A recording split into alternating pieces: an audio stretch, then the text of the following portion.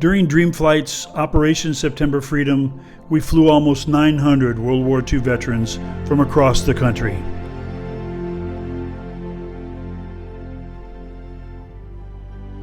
On September 5th, at Chicago Executive Airport in Wheeling, Illinois, Dream Flight's pilot Andrew Lomar, along with his friend and crew chief Roy Remington, took 93-year-old Sergeant Donald Hurst for his dream flight.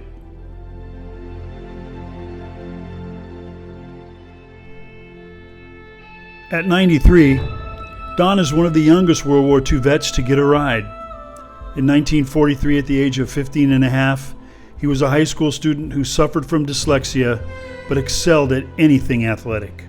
He felt the calling and knew he could help win this war.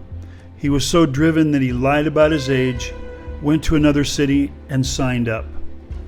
He joined the Army Air Corps and was trained as an aerial gunner, ultimately being assigned to the 305th Bomb Group of the 8th Air Force in Shelveston, England.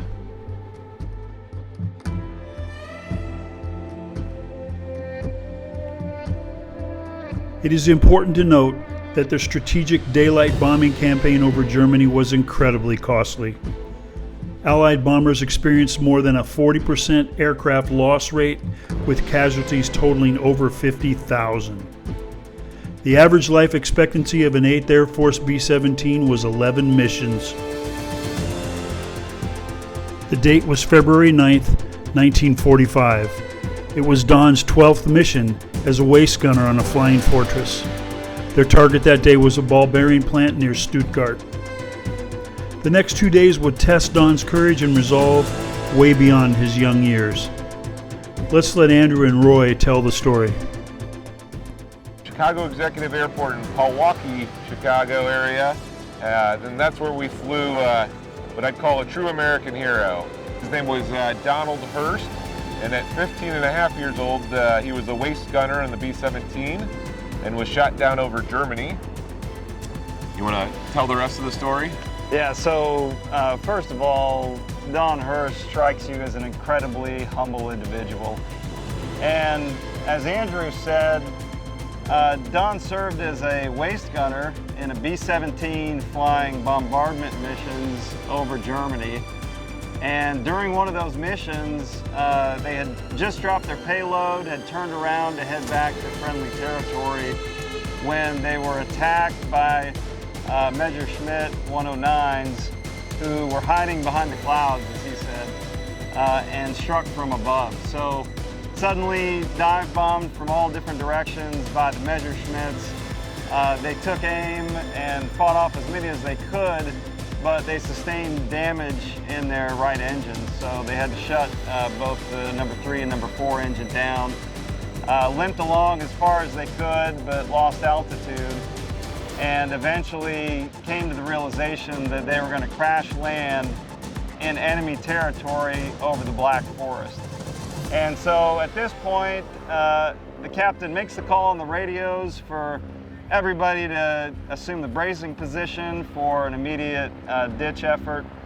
And Don, instead of doing as his training had instructed him, actually climbed through one of the holes that was made by the Messerschmitt gunners into the bomb bay, pulled his parachute cord, grabbed the rope, and tied himself to the bomb racks, thinking that they were the most secure part of the structure, and then proceeded to take an inflatable raft and pull the cord on that so that it basically filled the entire cavity with the life raft and himself.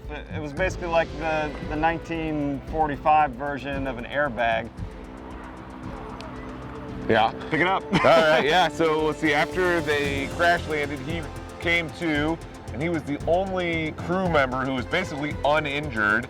So he started pulling eight other crew members out of the airplane. At one point, the airplane finally caught fire. It was a leaking fuel tank and a hot engine.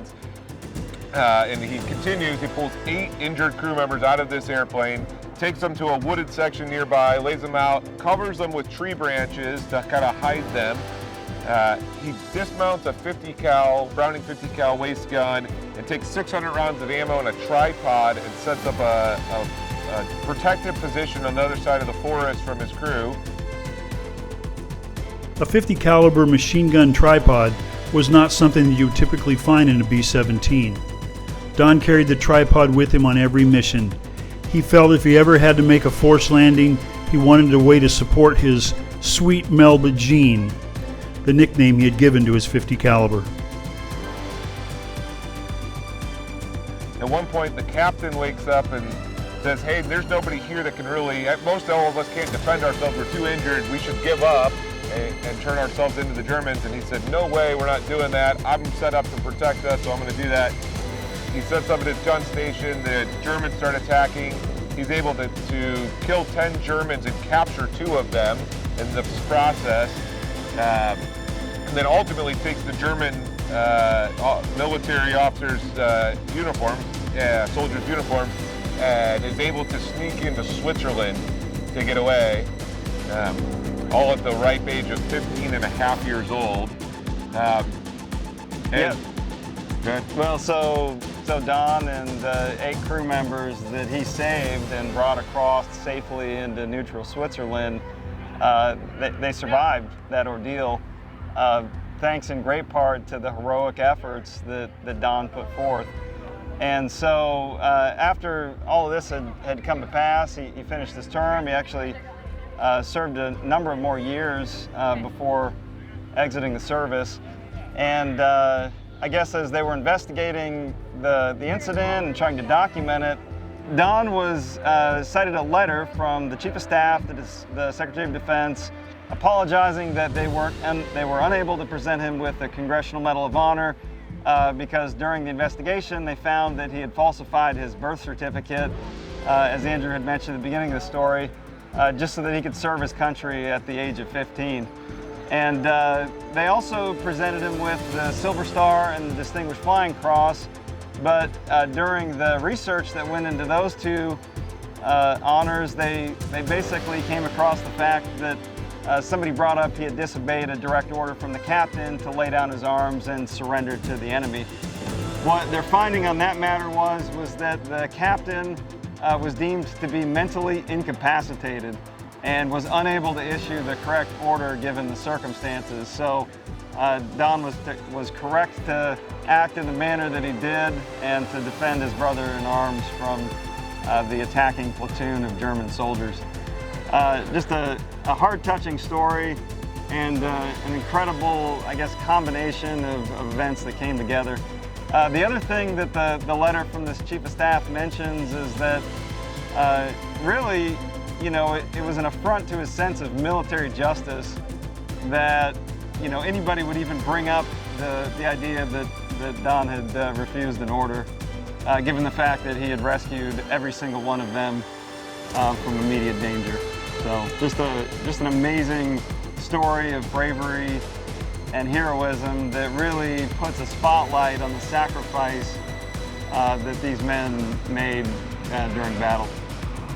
So in talking to Don, he had actually brought us a copy of a book he had written, an autobiography about his experience in his life. And in going through that book, we found that there's a full-size bronze statue of him in Park Ridge, Illinois. And since we weren't far away and we had a little bit of time, Roy and I decided to make a trip out to visit the statue. It's a statue of him holding his Browning 50 cal that he had dismounted from the airplane. And it's pretty incredible to see. After the war, Don rejoined the Air Force and became an MP. He served for 11 more years, married Lil, raised a family, and managed a diamond abrasives business in the Chicago area until his retirement in 1991.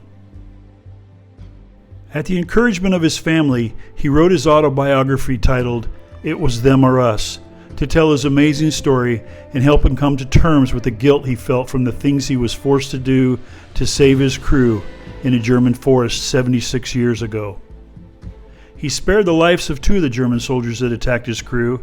As Don said in his story, they were kids just like me.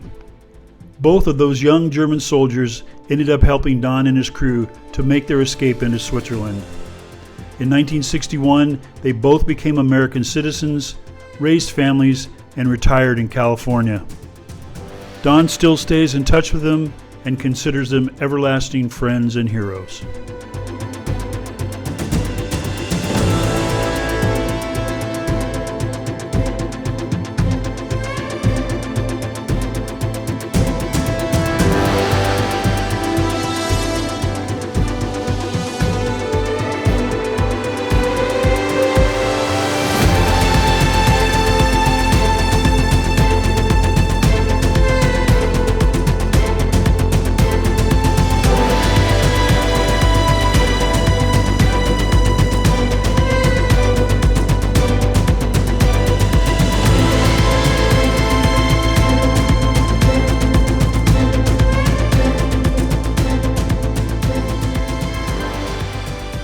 Thanks for watching this episode of Dreamflight Journeys. Subscribe, like, share, and hit the little bell so you get notified when we post the next video.